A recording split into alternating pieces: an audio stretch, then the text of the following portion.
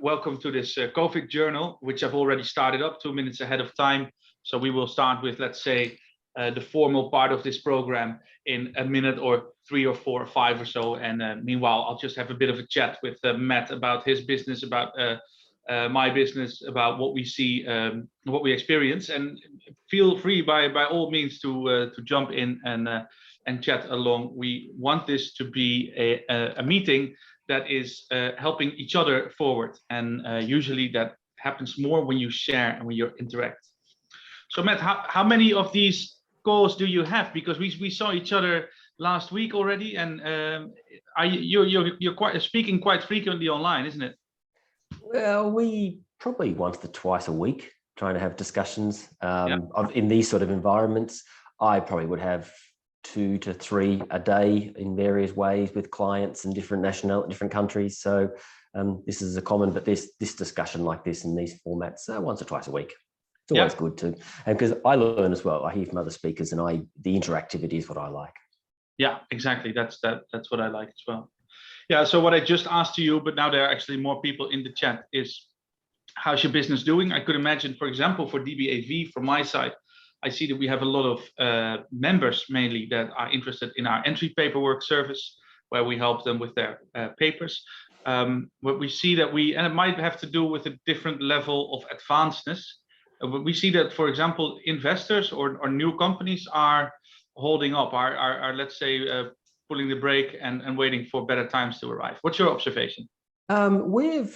June, July have been very good months from both a new business and existing businesses doing things. Where, as we've seen since the whole pandemic started last year, we're not seeing large capital inflow. So investors have been reserved and waiting for borders reopen. So they're not opening the purse strings, but we are seeing them restructure. We are seeing new entrants. We are seeing business going ahead. People aren't stopping just because of a COVID concern. They are looking much more long term, and so we are seeing good growth in our business, and our business is solely focused on the foreign investors inbound. We still continue to see good growth and good inquiries coming in. So it's an interesting area. It's definitely not going to show in large inbound FDI numbers in the government statistics from what we see, but from a numerical perspective, yes, it still continues to grow and be Vietnam is still a priority for many. Yeah.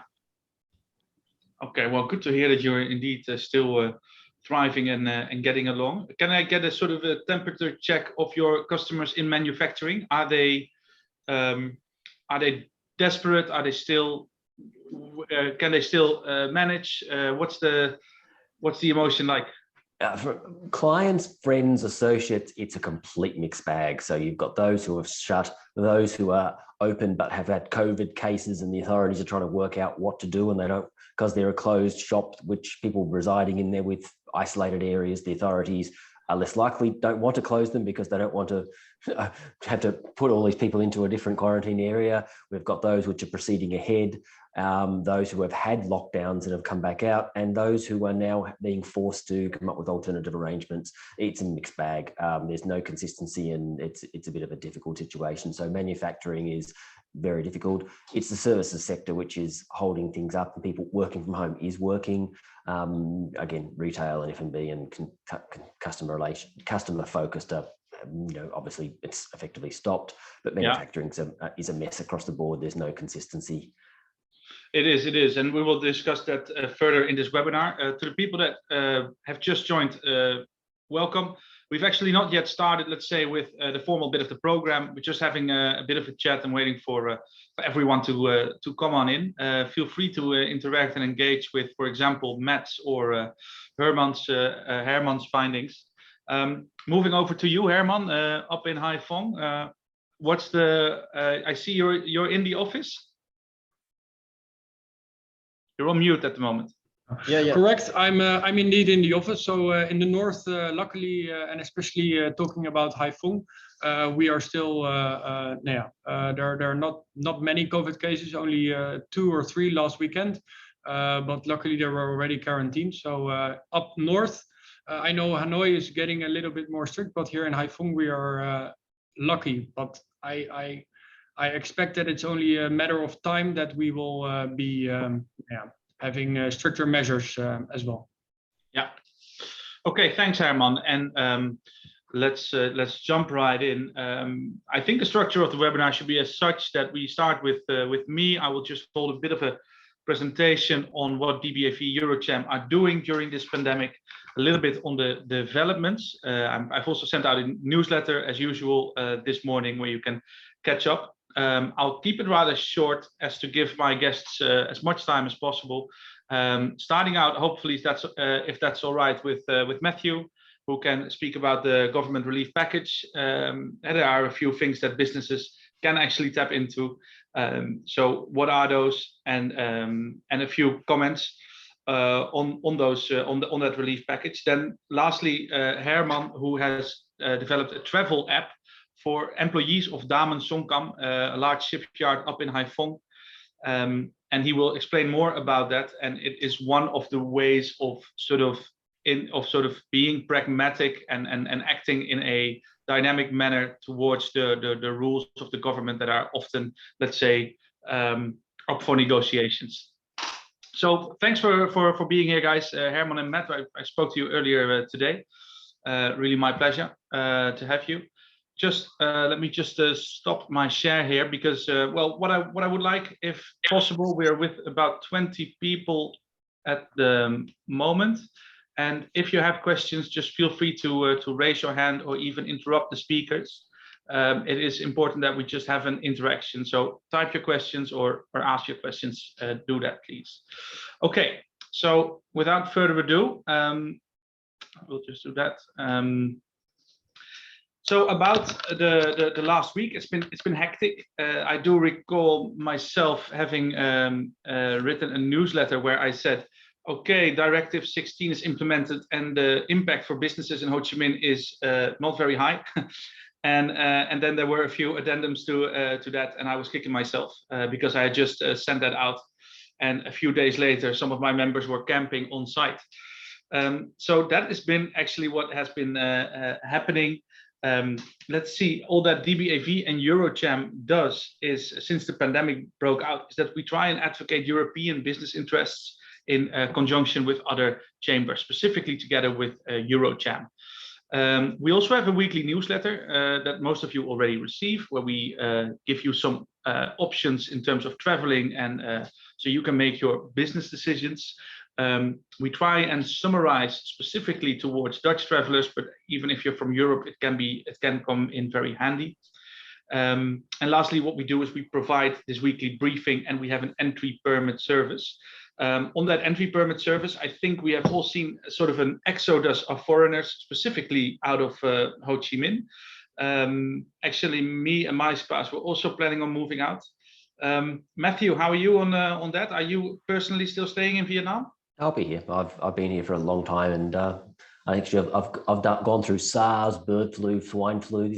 It's a different challenge, but I'm happy to be here. You're a veteran, a Vietnam veteran, in that sense. Okay. There's a lot leaving. I agree that the number of expats in country is being pared down to a sort of a relatively sort of minimal level, but there is still a need and significant need. So I wouldn't be encouraging companies to sort of try to pull everyone out of the country. I think it'd be counterproductive to do so. Yeah, thanks for that comment. So what we see indeed is that the entry permit service has a lot of inquiries.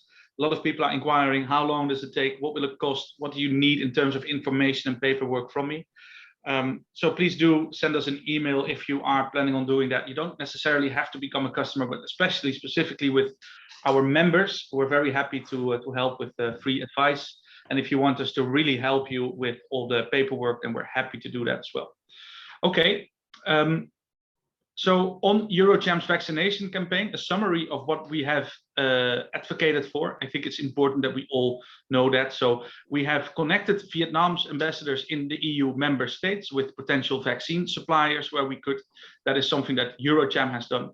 Then we have pushed the EU ambassadors in Vietnam for more vaccine donations to Vietnam, for example, following the US and Japan examples. Then thirdly, what we have done is that we have requested that the Vietnamese vaccination fund be transparent and that it's clear whether it's a donation to the public cause or a donation for the factory, for the staff and their households. And lastly, there's an intensive lobby going on 7 days quarantine for fully vaccinated people. With as a result, a pilot in Quang Ninh, that's up in the north where Ha Long Bay, beautiful Ha Long Bay, is located. If that pilot is successful, we have been told that that might be implemented with Ho Chi Minh and Hanoi as one of the first cities. That is what we know so far. Then just moving to the, let's see, the weekly news update. We see 19 provinces are now under major restrictions, with Ho Chi Minh City setting the records. Also in terms of cases. Also Hanoi is under scrutiny by the Ministry of Health again. The measures have tightened there as well.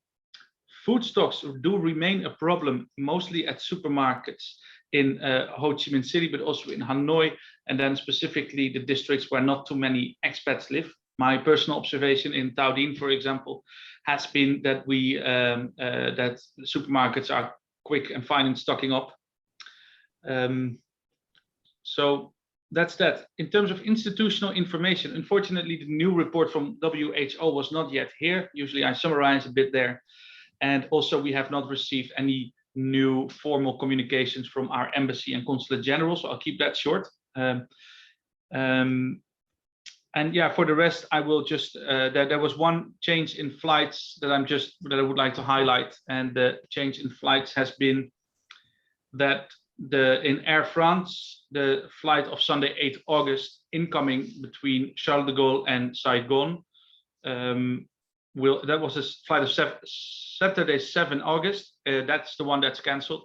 So that has been problematic for a lot of Dutch people who had to rebook their flights.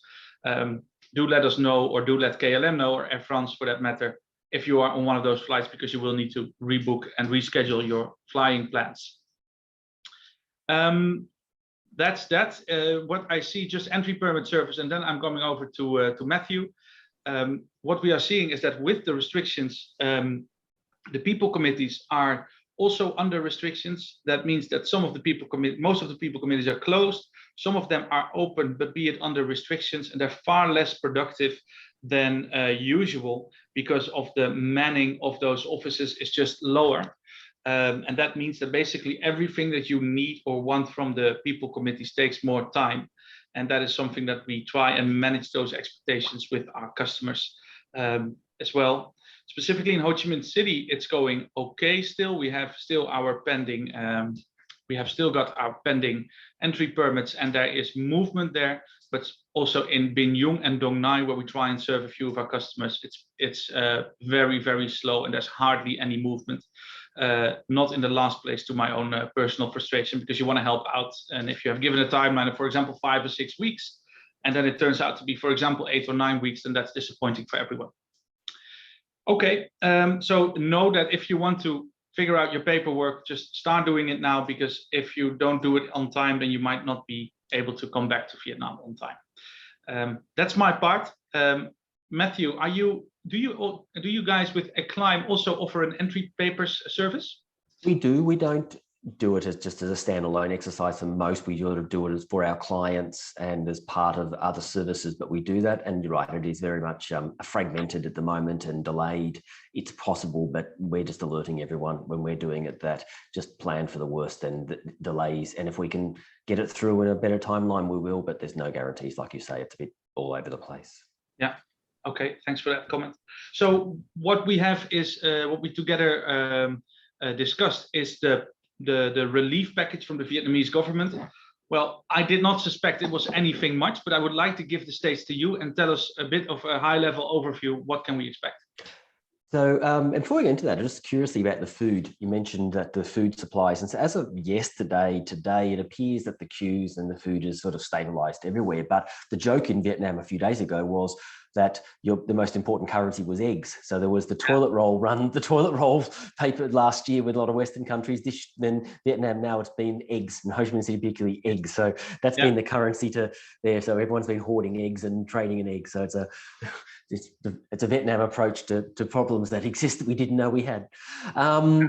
So to move on to the relief packages, which aren't aimed at eggs, but I'm sure you can build them in. So the government surprisingly introduced quite detailed a resolution 68, and then to put that in place very quickly. That was effective on the 1st of July, and then very quickly, a few days later, there was Decision 23, which is the Prime Minister's implementation of this, which basically was a $1 billion relief package put in place to try to help businesses and employees. So there's a lot of things they have done. I'm going to talk about it in a very simple sense. There's a lot of detail and it is quite long. If you want to go to a website, vietnam.acclime.com, you can see a summary of both the resolution and also the decision. You can see the detail there. It's many, many pages, but I'm just going to go through the sort of the 4 key points, and it does provide actual relief. Separate to this, the different provinces are also putting relief in place. Ho Chi Minh City is putting in place, has got a $40 million relief package for things like lottery workers and those who are in the non-professional or non-employed space, and they are handing out and going around and doing one-off payments. So there is both the government relief, the national relief, and also provincial-based relief packages. So both, and we're seeing them getting around. The authorities are very careful and I think cautious to make sure the relief does get around. So in this Resolution 68 and Decision 23 implementing, what we've got, the 4 main areas here is, 1, they've decreased or exempted employer contributions for the accident fund. So part of this social insurance, so remember there's 3 insurances that all employers pay, or most pay: health insurance, social insurance, and unemployment. Social insurance is retirement, it is sickness, and it is accident. So the accident has been reduced from 0.5% to 0 for the next 6 months. For the next year.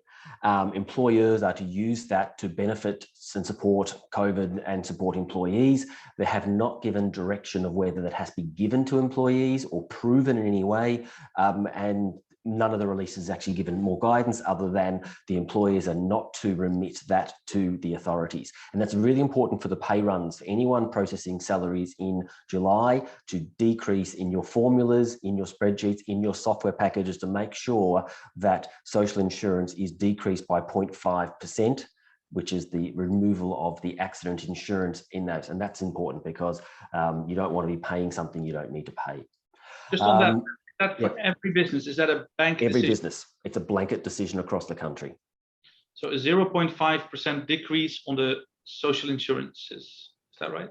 Yes, on social insurance, because the social insurance has actually 3 parts to it. They've just removed for 12 months the accident insurance. Yeah, okay.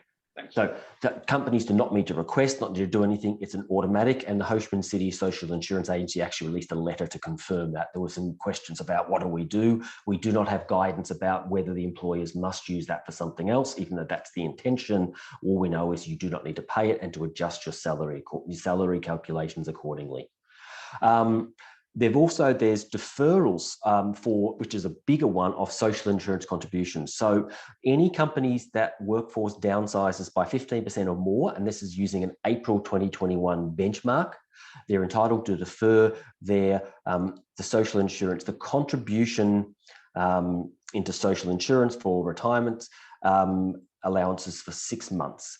Now, you do have to pay it back in 6 months, plus repay, plus continue to pay the ones you have not, restart the payments, but it is a deferral. There's an application process that you go through, and we've detailed that in our website about how to go through the process. And it does provide an opportunity for reducing the cash flow of your business where you have decreased the workforce. So that allows for businesses to manage their cash flow better if they're having to lay off staff, and that obviously is a greater impact when you're laying off staff. So that's an opportunity that is significant, because social insurance is currently in total, if you look at it as it was before these changes, 8% for the employee, 17.5% for employer. You are to deduct and withhold, but not remit those amounts. So that will be a significant cash flow. Again, when you're doing your payrolls, you've got to make sure if you've applied for this, and you do have to apply and receive the confirmation that you have a significant cash flow benefit, but don't remit it by accident because your formulas have not been updated in your payroll software, your spreadsheets, etc. There is the next one where you've got your health insurance, social insurance, and unemployment insurance. You've got for the unemployment insurance, the authority is allowing employers to actually use that fund that they are contributing to on behalf of their employees for training, so that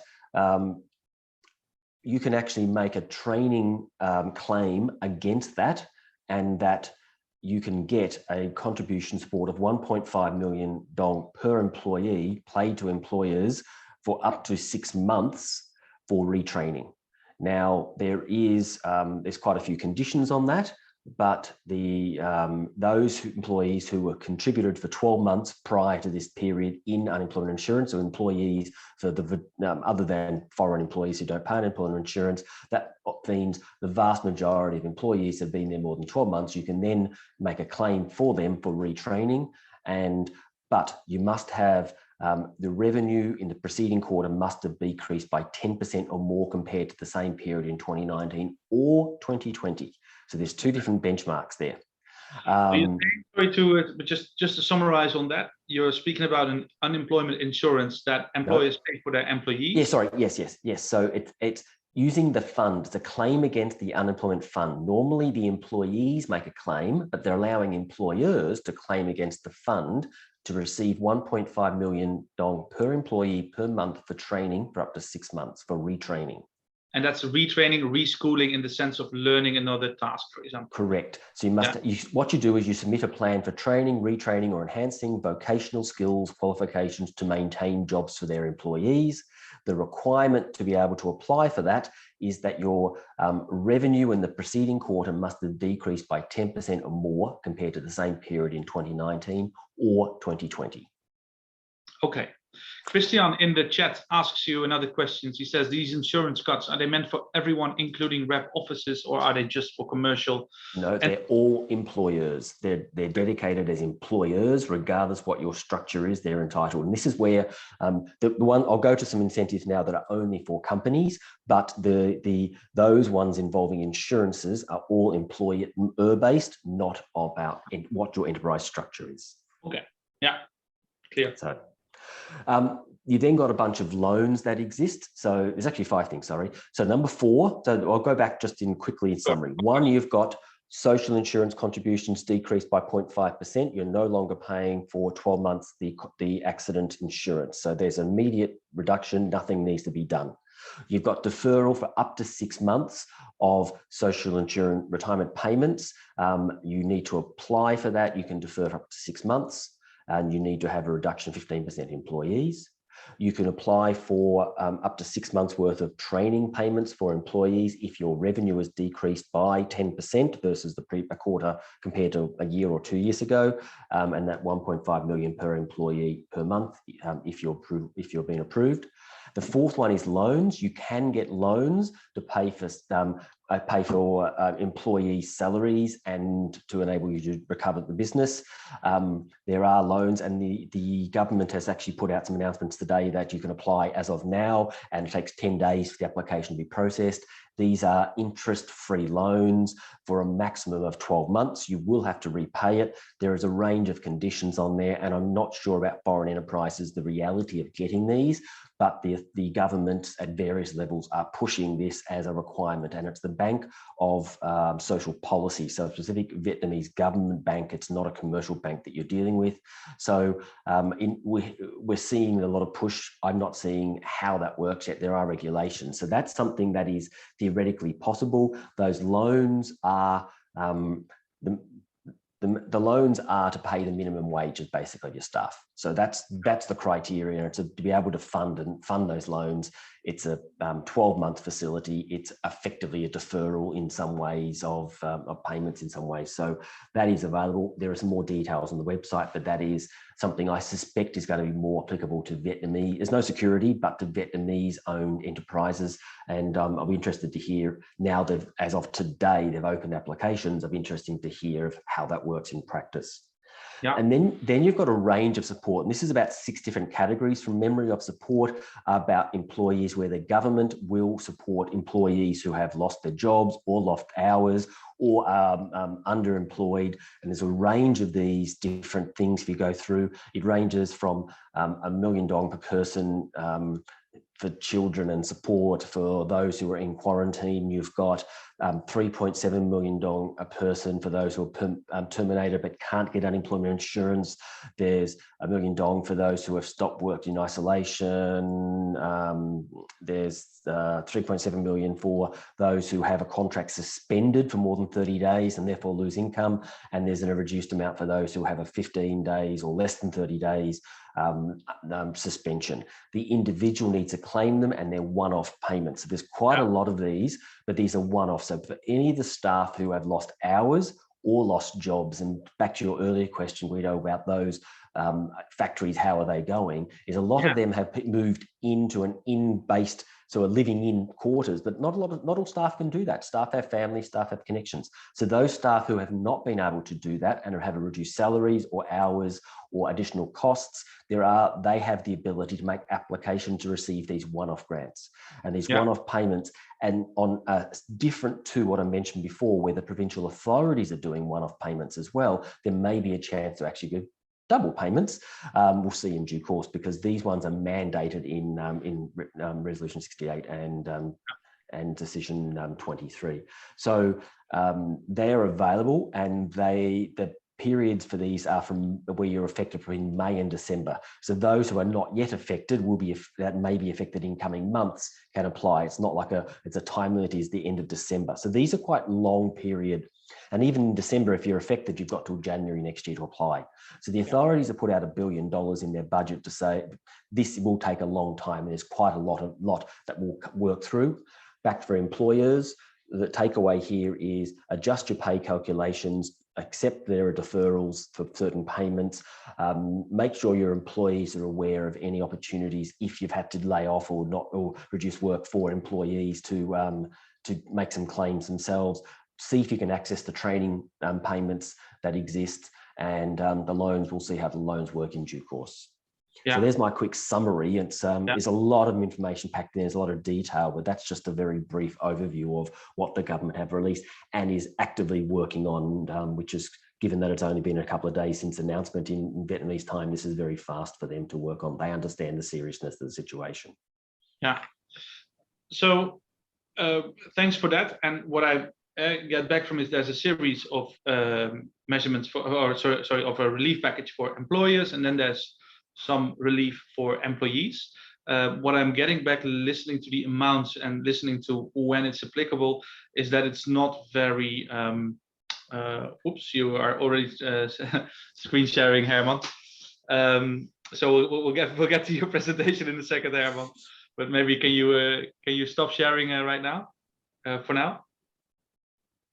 Yeah, apologies. No problem, no problem. A bit fast. So I'm just hearing that the measurement, so the relief package that is there is probably not for foreign businesses. We're not quite sure yet, and also the relief that is there is quite minimal. Is that a good interpretation, or?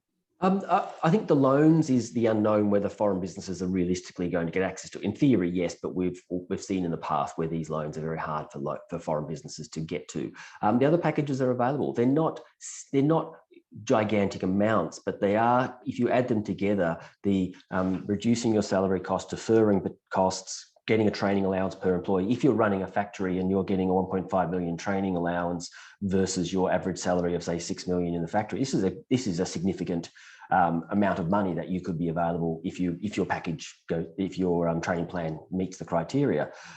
There is quite a bit in there, and the individual payments. So from a Vietnamese perspective, it's the most I've ever seen put out in a package like this. It is far more significant than anything else, and I think every little bit counts. So this is where doing the cash flow planning, it is worthwhile. But ultimately, there are still companies going to lay off staff and to go through that process. And I think this is just the outcome is that this is going to be necessary because there will be more layoffs coming through, because people, as I said, can't just continue all the production and continue their businesses as they have before across the country. And more provinces will be affected that aren't already affected by Decision 16 at the moment. Yeah, affected businesses, can they contact you for help in and guidance in getting these claims, or making? Sure.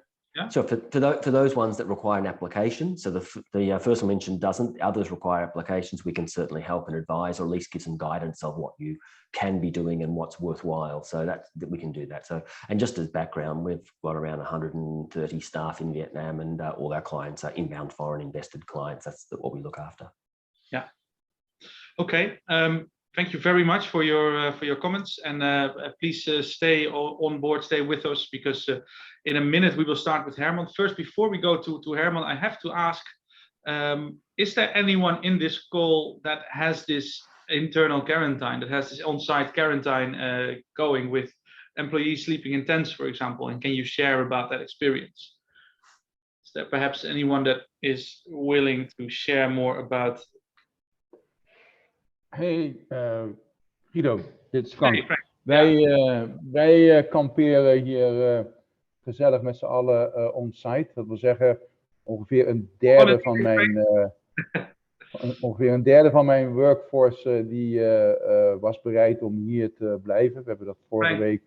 Frank, just one second. Sorry, in English. Apologies. Yes, apologies. English. Yes. So sorry. So I have about 1/3 of my staff camping here at the factory, which is about 34, 35 people. We discussed this last week, Wednesday, when the rule became, or the 24-hour period we had to implement all this. So we found about 1/3 of them willing to stay here, which meant we went back from 3 shifts to 1 shift. So in some ways, it's a little bit symbolic what we are doing, but it's also a very strong thing. I see the staff being actually quite happy with it, the ones that are here. We had a few that initially went home and now want to come and camp with us as well. So that is quite inspiring. So it's doable, but it is obviously something that can only work for a certain length of time. Eventually, people are a long time away from their families, from their loved ones. And it's so happy to do it. I'm happy that we managed to get it going, that we will run this for, I don't know, till the end of this week or the end of next week, but I don't see this working for 3 months. I did read an article. Thanks for for coloring that picture a bit, Frank. And I did read an article that the head of the HEPSA, the Export Processing and Industrial Zones Authority in Ho Chi Minh, says that lots of workers are also infected while producing and in quarantine. And also, like yourself, a lot of companies cannot handle the burden as they have to provide meals and support for their workers. And there's only a certain amount of time that they can actually provide that or come up with the required logistics. Besides, obviously, the employees themselves, they need to see about their families at some point, right? You can't just lock them up in your factory like that. So no, that's what I'm saying. There's a limit to this. Yeah. And what I wanted to say about that is that although this looks like a temporary measure, with the lockdown, with the cases not coming down, it could very well be that after this week we will have another week of working on site. And that is the unfortunate reality that we're in here in Vietnam. It's either that, work inside, or close your factory. It's only for the provinces of Ho Chi Minh City and Long An. All other provinces that are part of Decree 16, they do not stay on site per se. So the staying on site is not part of Decree 16. It's a sort of an addendum, an additional measure done by Ho Chi Minh City and Long An. Yeah. So there is a small hope in my heart that Ho Chi Minh City and Long An will realize that that they are committing a form of economic suicide at the moment, and they, although staying within Decree 16, remove this camping on site rule, because, yeah, as I say, it makes it very difficult. We had a small conversation earlier this morning, Frank, where indeed you asked, what is your outlook like? Well, I ran my errands, I checked it out, and the rumors, or sort of what I'm catching, is that it will likely be extended, included the addendum. Did you hear something similar, Matt, or are you able to comment on that? Or I haven't heard anything specifically, but the expectation of all the clients and colleagues that I deal with is that it's just going to be extended. And so, as Frank said, the reality is it's got an end date. We're seeing things fraying at the moment. We're also seeing staff that are quite happy wanting to move in, like he has at various sites, but also it's happening in Bin Nhung and Dong Nai, in Vung Tau. You don't have to live on site, but everyone must be transported by bus and not by motorbike to make sure they don't go anywhere else. So every province is doing it subtly differently. I think we'll see more consistency as this is extended by the authorities. We'll move to a consistent approach across the country. That's what I'm expecting. Yeah. Okay. Thanks. And I see that you have also inputted something in chat, this insights and so on.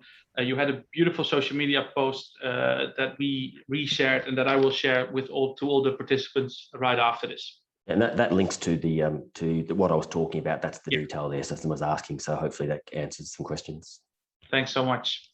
Okay, without further ado, Herman is also with us.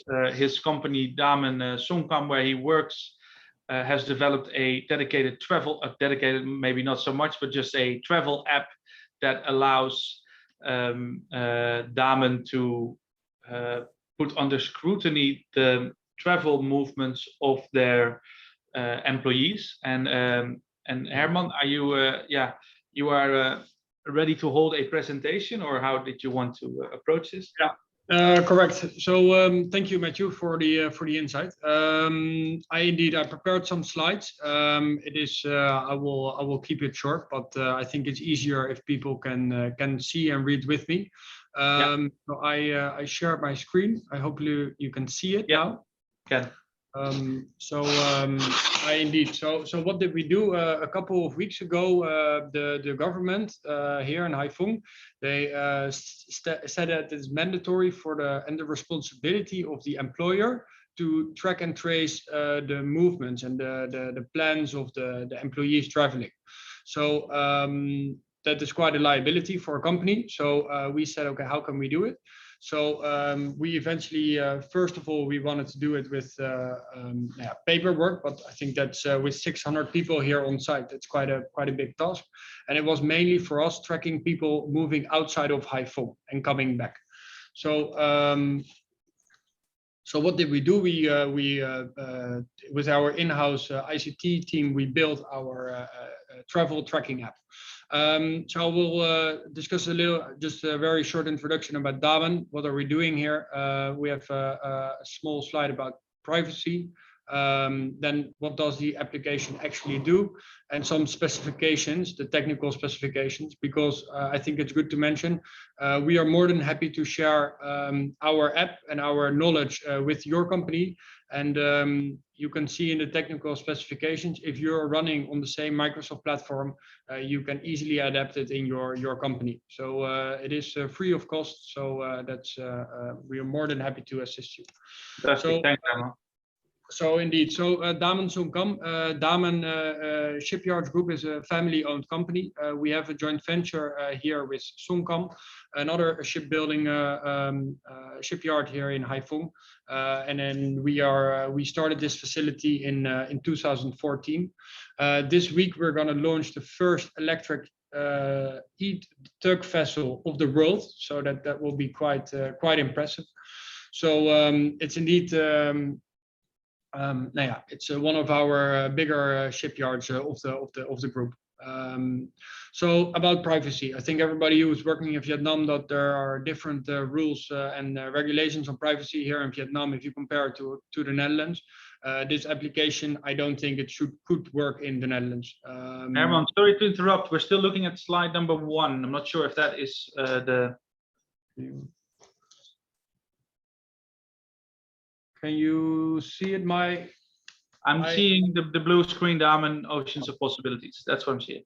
Okay, then let me check because I was already clicking through the presentation. Yeah, exactly. I thought something like that. So let me check. As said about the privacy, it is indeed. I don't think this application could work in the Netherlands as we are as an employer ask our employees where they're going in their free time. But here in Vietnam, I think it's allowed and within all the rules and regulations. So. But do you see the screen now? yeah, well, this is a bit of an unhandy format. If you would just click on End Slideshow right there, just on the top. Yes. It's just in the top bar. There we go. Yeah, that's stop screen sharing. So now you share your screen again.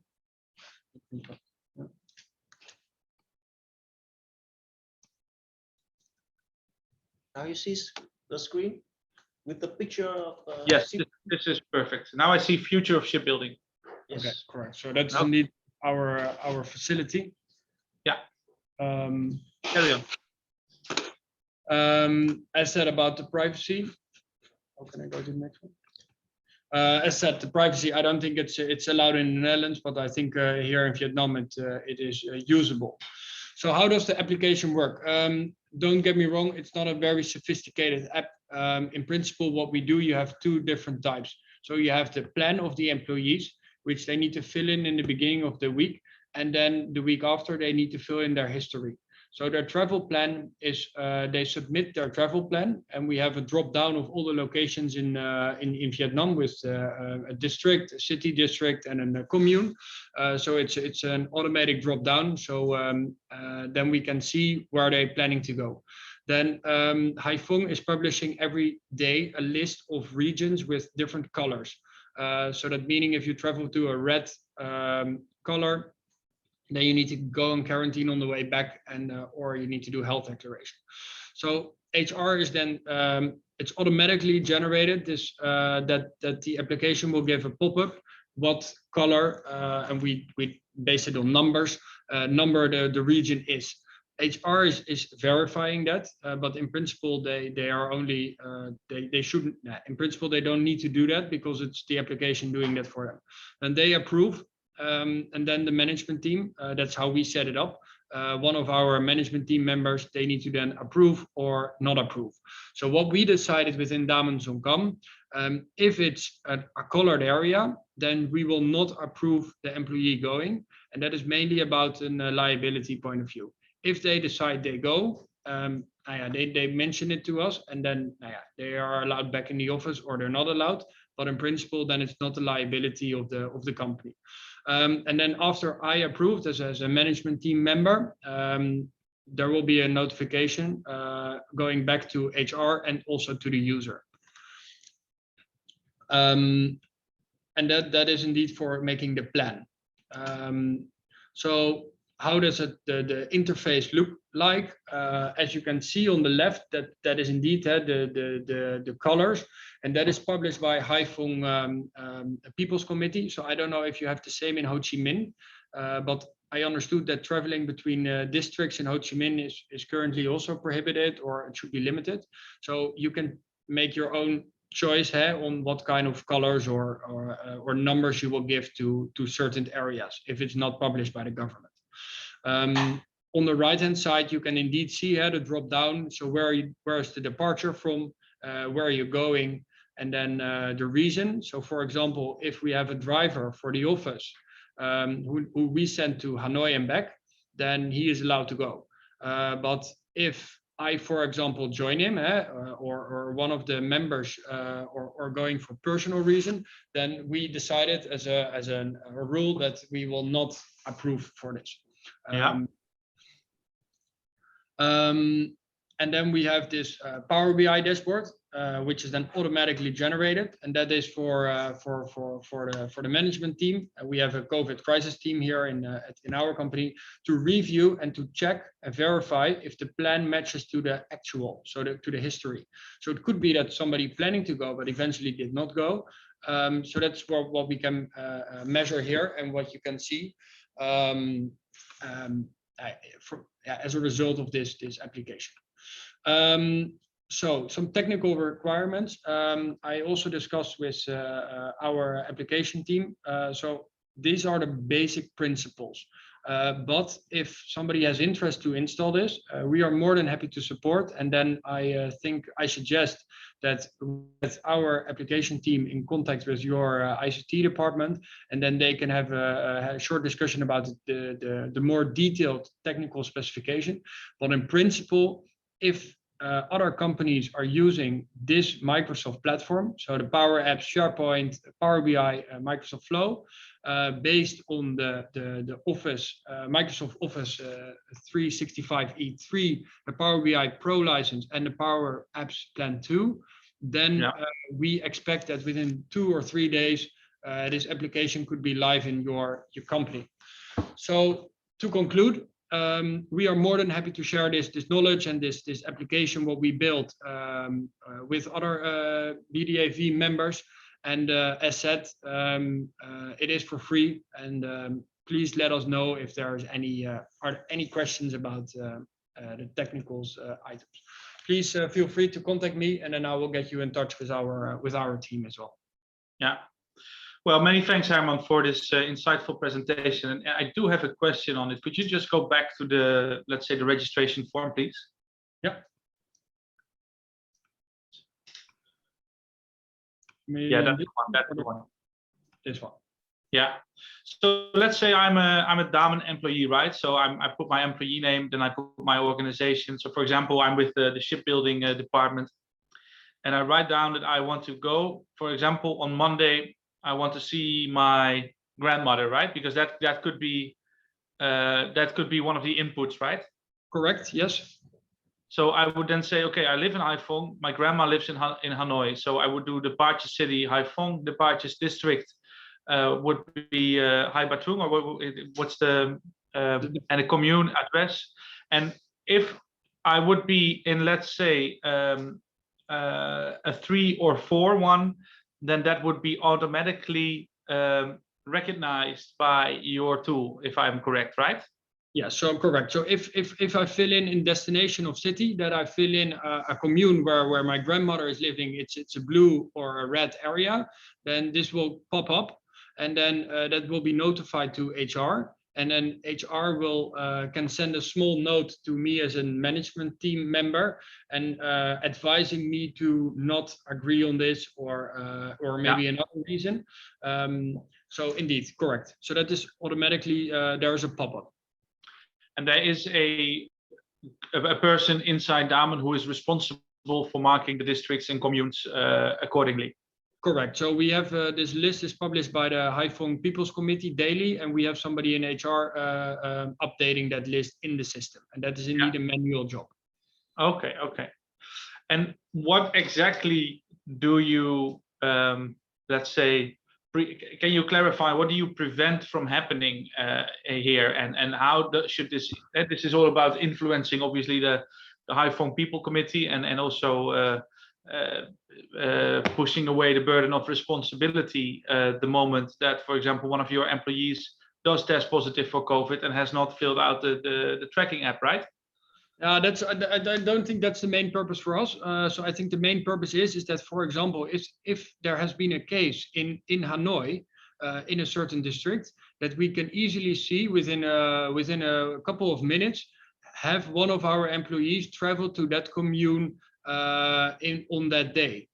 So I think that is the most important, and they still need to do the health declaration with the government, so that is still mandatory for them.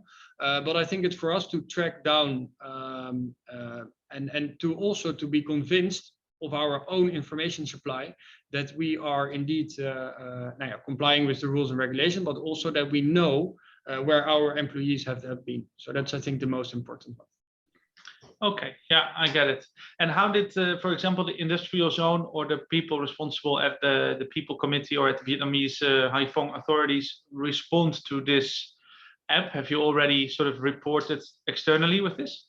Not much. We got a letter a couple of weeks ago that that it was mandatory for us to track down, and we thereafter informed the district that we are tracing it. But beside that, we only use it now for internal use. Yeah, so that's we didn't publish it yet or communicate it a lot. It looks very interesting, and it's very nice and a colleague like of your side of Damen Songkam to share this this app that surely had some development time. Matt, can I ask you, what is your what goes through your head when you see companies coming up with solutions like this? Yeah, I think it's really interesting. I don't think it's there yet applicable for particularly in the southern provinces. I think there's more pressing issues, but I think this is the evolution of what businesses will be doing as we move through the pandemic and the situation at the moment.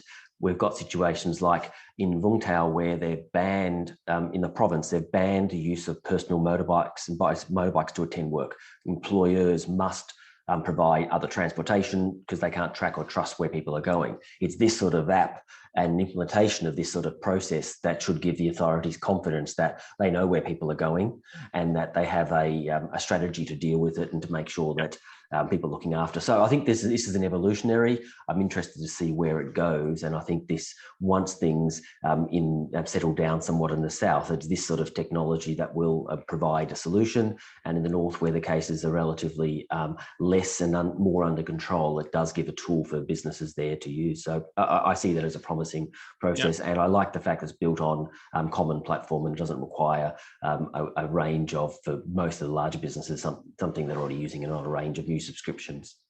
Yeah. Okay, thank you. There's a question. Could you please, Ms. Ngoc asked that, could you please share your file? I will definitely share it to everyone in this call. So it's, I think, it looks like it's something that could be very useful in the future, because it does give you something in your hands where you can actually influence where people are going, sort of predict whether or not a new community outbreak will impact your business. So to that extent, it's very useful. Herman, for example, people that travel by motorbike, is that a problem at the moment in Haiphong? Is it possible for people to commute with a motorbike? What they did yesterday, they strengthened again all the COVID measures, and indeed, so traveling within Haiphong, it's possible, and Haiphong is quite a big province. Actually, it's not only the city, but coming in from another province into Haiphong, you now need to have a COVID test not older than a PCR test not older than 48 hours. And the result of your COVID test or a PCR test, or of course, takes 24 hours. So it is it's very limiting, I think, now traveling up and down.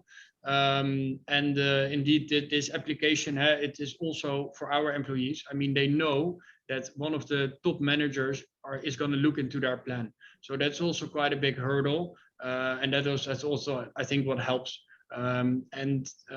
Yeah, that I think it's indeed helping to limit the amount of traveling, and that's actually what you want. But no, indeed they're closing all restaurants and bars also since this week here in Haiphong. So it is indeed getting more and more strict. And I think, unfortunately, I expect that it's a matter of time that there will be some cases or more cases here in Haiphong as well. But hopefully we can keep it out for the time being. Okay, thanks very much. Can I ask to the crowd if there are any questions for either Matthew, Herman, or both of them, or maybe for me, before we wrap up? Like I said, we're gonna share everything with the crowd. It's great to see everyone coming in, listening in, trying to obviously catch something that they didn't know yet. I think both Matt and Herman came up with very valuable information. For instance, first on the government relief packages for employers and for employees. So thanks a lot for that, Matt, and thanks for sharing your insights on on the other matters such as the entry permit service of DBAV, but also on Damen Songkamp's traveling app.